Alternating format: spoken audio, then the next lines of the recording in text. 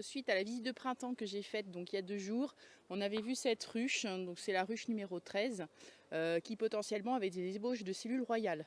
Donc l'objectif aujourd'hui c'est vérifier donc la présence de cellules royales qui peut-être seront operculées.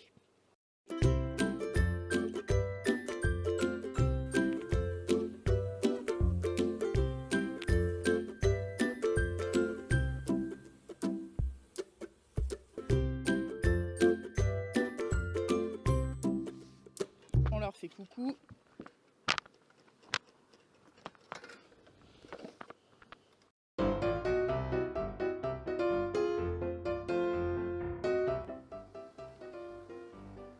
Alors là on a du beau couvain de mâle ici, du miel et des nectars qui rentrent là. Donc effectivement ça miel, hein. Ça c'est pas nouveau.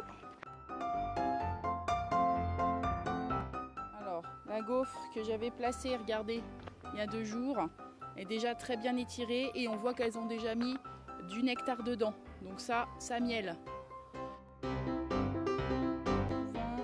y a pas de souci. Ce que je vais voir c'est dans le bas du cadre. Est-ce qu'il n'y a pas des cellules royales?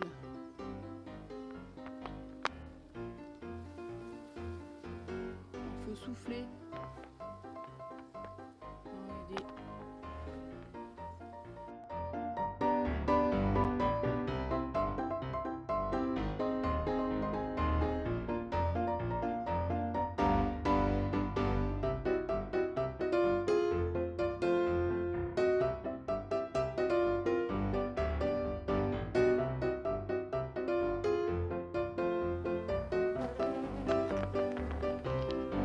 Oh là là, alors ça c'est une cellule royale là. On la voit bien, hein. C'est ce qu'on avait repéré la dernière fois. Voilà, donc dedans il y a effectivement une reine. Donc là je vais pouvoir potentiellement créer un essaim avec ça quoi. Oh là là, magnifique cellule royale là aussi. Je sais pas si vous voyez bien. Magnifique cellule royale en cours d'operculation. Donc ces 2 cadres-là, je vais pouvoir les prendre.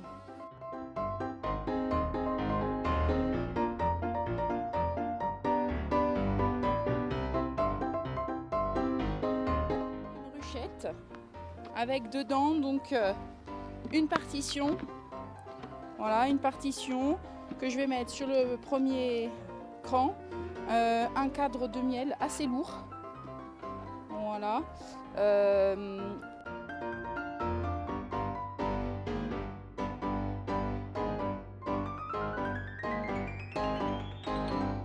J'ai repéré mes cadres avec les cellules royales, je vous les ai montrées. Donc je vais les ponctionner sans retirer les abeilles. En fait, les abeilles vont être là, nécessaires pour nourrir et s'occuper des cellules royales. Il y en a une belle ici, magnifique, qu'on a vue tout à l'heure.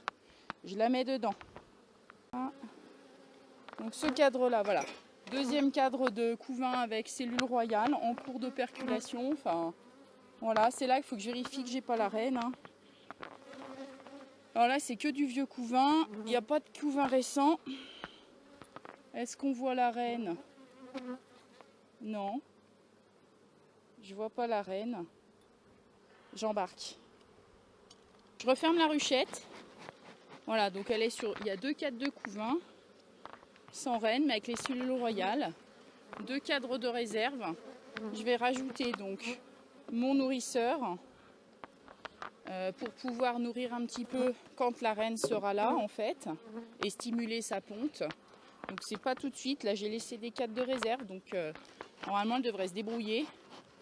Et là, alors on va virer donc les cellules royales qui sont faites ici parce que donc là elles n'auront plus d'intérêt. J'ai laissé la reine donc là je retire les cellules royales. Mais normalement comme elles ont de la place, elle ne devrait pas partir à l'essaimage. Donc là, on voit, j'ai cassé une cellule royale.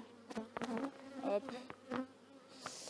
Voilà, donc ça, c'est du couvain. Je laisse. Juste pour vous montrer, ça, c'était une cellule royale. Une sorte de cacahuète. Voilà, donc quand vous avez ça dans votre ruche, ce genre de cacahuète, bah, c'est qu'en fait, dedans, vous avez une nymphe qui est une future reine. Là, il y a du couvain, on a dit. Hein.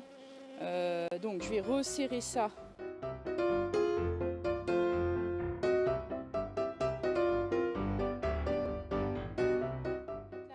arrêter normalement là-bas tranquillement. Ici, voilà. Je vais venir rajouter, donc je pense ici, un cadre de réserve. Et je vais venir lui remettre une autre gaufre, hein, parce que là, elle manque quand même de place. On va leur remettre ça.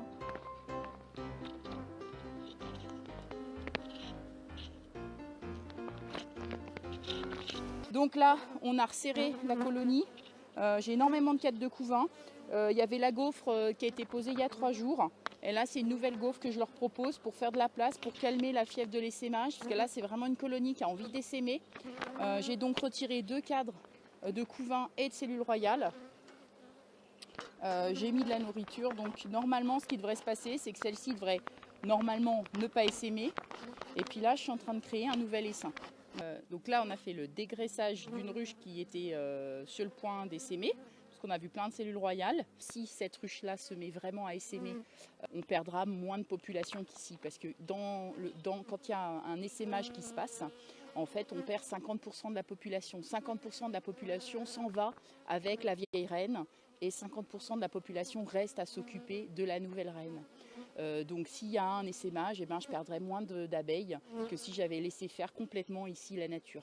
J'ai des cellules royales et là je ne vais plus y toucher jusqu'à la naissance de la nouvelle reine et jusqu'à la fécondation. Donc en fait je ne vais même pas ouvrir quand je sais que la reine va sortir, quand la reine vierge va sortir. Je vais attendre potentiellement qu'elle soit fécondée.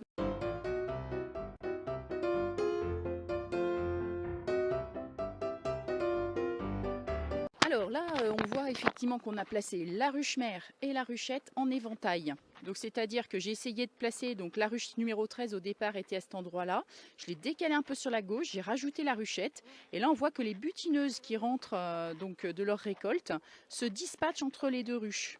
Entre la ruche et la ruchette. Donc ça c'est intéressant parce que ça me permet d'avoir la moitié de la population de butineuses qui quand même va aller aussi dans la ruchette, hein, puisque là on est en pleine journée, donc la plupart des butineuses ne sont pas dans la ruche mais sont à l'extérieur.